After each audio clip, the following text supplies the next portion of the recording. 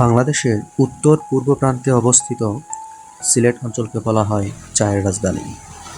যতদূর চোখ যায় ঢেউ খেলানো সবুজ পাহাড়, তার গায়ে সারি সারি চা গাছ। এই দৃশ্য শুধু চোখের আরাম নয়, বরং এক ধরনের মানসিক প্রশান্তির নাম। সিলেট মানেই চা বাগান আর পাহাড়ের সমারোহ, এটা আমরা সবাই জানি। আজ আমরা ঘুরে দেখব সিলেটের লাল পাহাড়।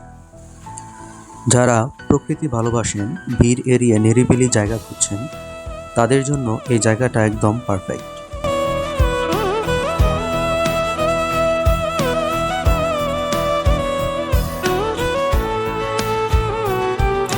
চা বাগানে ঘুরতে গেলে সবচেয়ে বেশি চোখে পড়ে তা হচ্ছে চা শ্রমিকদের জীবনযাপন। মাথায় ঝুড়ি নিয়ে দক্ষ হাতে চা পাতা তুলতে তুলতে তারা যেন প্রকৃতির এক অংশ হয়ে গেছে। তাদের পরিশ্রমে জন্ম নেয় আমাদের দৈনন্দিন জীবনের পরিচিত পানীয় এক কাপ চা।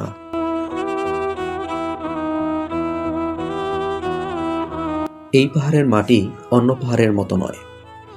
আয়রন সমৃদ্ধ লাল মাটির কারণে পুরো পাহাড় লালচে রং ধারণ করেছে।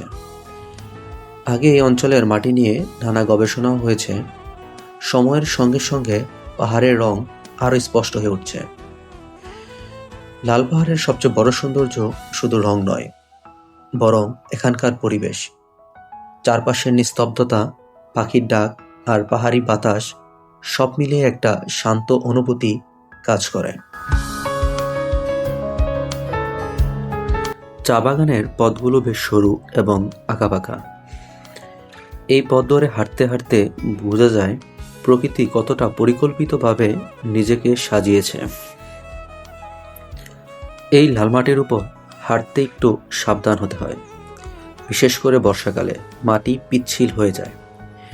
তবে পাহাড়ে উঠতে উঠতে চারপাশের দৃশ্য দেখে ক্লান্তি একদমই টের পাওয়া যায় না। যারা ফটোগ্রাফি বা ভিডিওগ্রাফি ভালোবাসেন, তাদের জন্য লাল পাহাড় সত্যি অসাধারণ। সকাল আর বিকেলের আলোতে পাহাড়ের লাল রং আরও গাঢ় হয়ে ওঠে।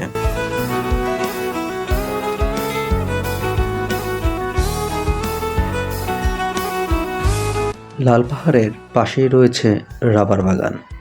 এবার চলে আসলাম রাবার বাগানে। সিলেট বিভাগে প্রধানত মৌলভীবাজার, সিলেট ও হবিগঞ্জ জেলায় রাবার বাগান রয়েছে। আর অধিকাংশ রাবার বাগানই চা বাগানের পাশেই অবস্থিত। বাংলাদেশে পরীক্ষামূলকভাবে 1960-এর দশকে রাবার চাষ শুরু হয়। সিলেট অঞ্চলে রাবার চাষ বিস্তৃত হয় সরকারি ও বেসরকারি উদ্যোগে। বর্তমানে এটি একটি গুরুত্বপূর্ণ বাণিজ্যিক কৃষিখাত। এই রাবার গাছগুলো বড় হতে সময় লাগে 5 থেকে 7 বছর। একবার পরিপক্ক হলে গাছ থেকে 20 থেকে 25 বছর পর্যন্ত রাবার সংগ্রহ করা যায়।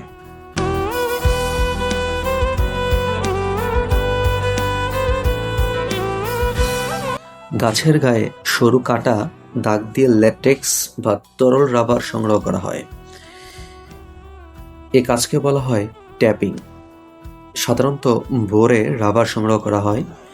সংগ্রহ করা ল্যাটেক্স পরে কারখানায় প্রক্রিয়াজাত করে রাবার তৈরি করা হয়। রাবার গাছের জন্য প্রয়োজন বেশি বৃষ্টিপাত, আর্দ্র আবহাওয়া, লালচে বা দোআঁশ মাটি।